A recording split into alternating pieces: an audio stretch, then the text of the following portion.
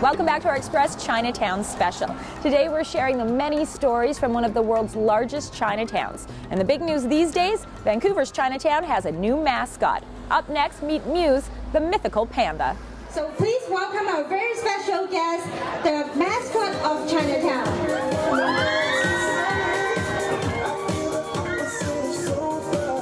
Youthful effervescence, energy, and life, all things members of Chinatown are hoping to inject into their community. With this. We are branding Chinatown right now. So the mascot is a part of the branding, something that is recognizable by the public. When you see it, you're going to say, okay, this is Vancouver Chinatown. And the new Chinatown is evolving. There's new businesses that's been coming into the area, new lounges, nightclubs, and to assist them, the Vancouver Chinatown BIA wants to come with new ideas that will actually help them promote their business, as well as to promote Chinatown as a historical area, but at the same time, a revitalized area. That's now officially the job of Muse the Panda, charged with attracting more youth and families to the area. To our knowledge, it's the first in the world in terms of Chinatown having a mascot. Months of market research and consultation came up with two designs. The final say was handed over to the people. We actually had an online voting, so we threw it out to the public, and at the end, Muse was chosen. I think the percentage rate was about 60%. It was a modern interpretation of Chinese good luck. And also another thing that Chinese value is working hard, right? And they believe that if you work hard, good luck would happen. And this is what Muse represents. We want the public to own it. We want Vancouver rights to own the Muse, or the character. So we came up with a story, how the panda came to Chinatown. But there's a whole era from when the panda arrived till now that we can build on. We want the public to actually give us stories of what the panda has done in 125 years it's been here. The background story is that the panda was here to help the businesses, to help the businessmen in Chinatown. So in the 125 years, what did he actually do? Pender Bear? Okay, yeah, Pender Street runs through Chinatown. There's another one that was interesting. Even his official name, yet to be decided, involved public input from the internet and by ballot. The idea is, the more they're involved, the more effective a mascot he or she will be. We want that tie. So when you see the panda, you'll see Chinatown. And both must appeal to human and even animal alike. In Vancouver's Chinatown, I'm Peter Kim for The Express. If you go to the new and improved website, VancouverChinatown.com, you'll see that it was designed by the same people who designed the mascot. So there's some of the new, but what about the tried and true traditions that are holding strong in this neighborhood? Up next, we're talking healthy herbs at the Beijing Trading Company.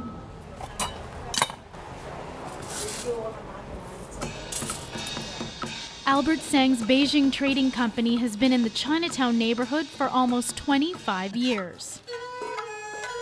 He's a third-generation herbalist and prides himself on providing ancient Chinese medicine to the community. Most people they may bring with their prescription and then buy herbs for themselves for their health or for their sickness.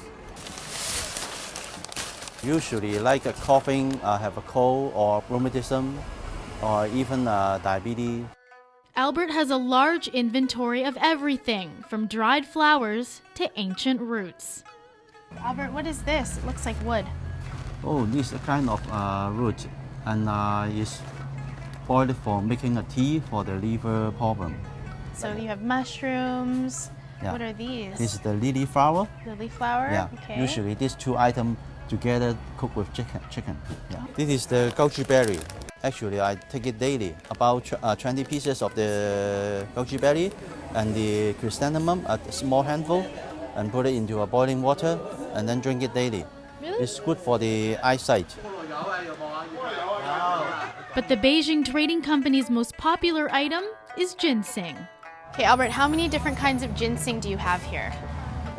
Basically, ginseng have two big families, like the one in China, the one in North America. Most of these herbs are collected and boiled to make tea. He's not only using old-school recipes to help cure ailments, Albert also uses ancient techniques of measurement and calculation. This is a traditional scale. Yeah, we don't use the electronic because it's slower than this one. When Albert arrived from China in 1986, he knew he wanted to set up shop here. Now he says the neighborhood is changing. 25 years ago, almost 100% of Chinese people doing the business here.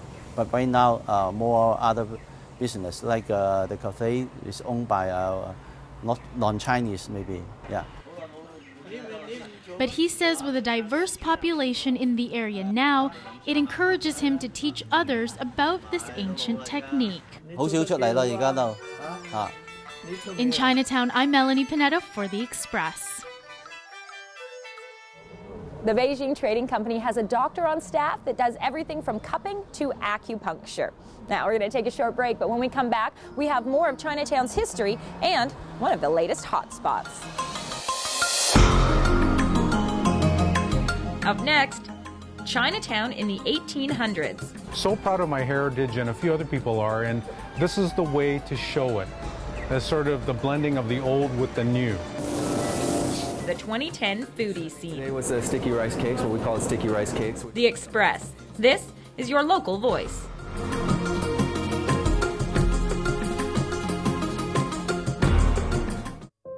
Some say the Children's Wish Foundation started with this locket, a wish from a hospitalized girl for something special her mother could remember her by. And 25 years and 15,000 wishes later, we make sure the magic and excitement includes the entire family. And we celebrate the successes and hope that wishes can bring. Thank you from the Children's Wish Foundation of Canada and this station. Hey, everyone.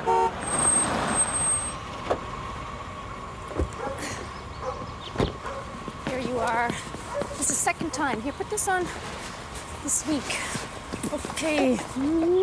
Be good. I love you.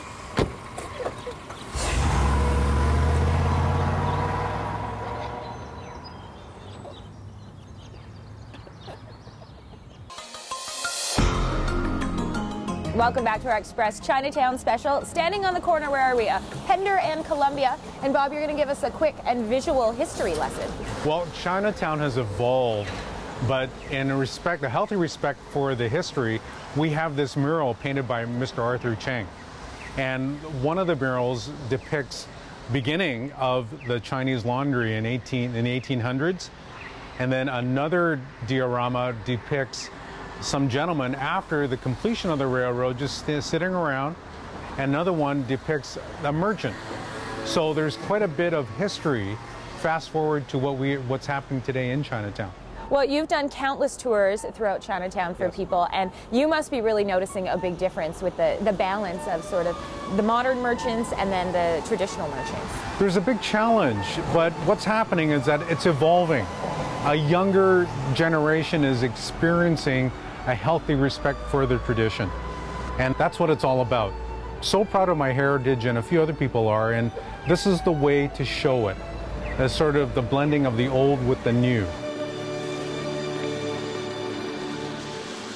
As Bob said, Chinatown is modernizing all the time, with its merchants and also with its restaurants.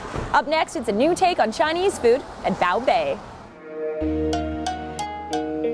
Bao Bei Brasserie is a new restaurant in Chinatown, putting a fresh spin on Chinese classics. Really what we try to do is stay in the vein of Chinese food and then take influence from other places. Of course, I'm French trained chef, so we use some of those techniques, but all very authentic Chinese ingredients without using anything chemical. We use no MSG, all our meat is naturally raised. The decor is a contemporary, feminine take on old Chinatown. We're trying to take a little bit of vintage, a little bit of old school looking, but at the same time add a little bit of Chinese and also a lot of comfort to it. As you can look around, there's a little touches of Chinese decor, but at the same time, it's very casual, it's very comforting. The menu is influenced by home-style Chinese cooking and casual French brasserie cuisine. The dish I made today was the sticky rice cakes, what we call sticky rice cakes, which sometimes confuse people. It's a glutinous rice noodle, basically, in an oval shape. That's a dried noodle that we soak and then we stir fry with pickled mustard greens that we pickle ourselves, a little bit of bamboo shoot, a little bit of black fungus, some sesame oil. You know, people always identify with Chinese cuisine, and generally they identify with very specific, fairly small regions, being, you know, Sichuan or being mostly Cantonese. And really, it's massive. China is just such a huge place, and it's really fun. There's a lot of things that we can do. There's a lot of room to move. There's a lot of, you know, availability to us as cooks. At the end of the day, it's just what we believe into, and that's what makes Bao Bei Bao Bei. I'm Kendall Harris in Chinatown for The Express. Bao Bei actually means precious, and you can learn more Chinese phrases at the Bao Bei website. Everything from I love you to I'm not drunk yet. No comment on which comes in handy more often. You're watching our Chinatown special, and here's your spotlight on local events. Known as the Garden of Ease, you can spend some meditative time or join a guided tour. After the tour, sip a cup of steaming Chinese tea and savor the moment. Take a tour of Chinatown in the most authentic way. Dragon Rickshaw Adventures hits the neighborhood hotspots and gives you a little history lesson along the way. If your cruiser needs fixing, you can head to Chinatown and have Jet Girl give you a little helping hand. Located in the heart of the neighborhood, the shop does custom orders, upgrades, and repairs. And that's it for today's Express from Panda Street in the heart of Chinatown. I'm Johanna Ward, and on behalf of all of us on the show, thanks so much for watching. We're going to leave you with a look at the latest exhibit from the Chinese Cultural Center, and we'll see you next time.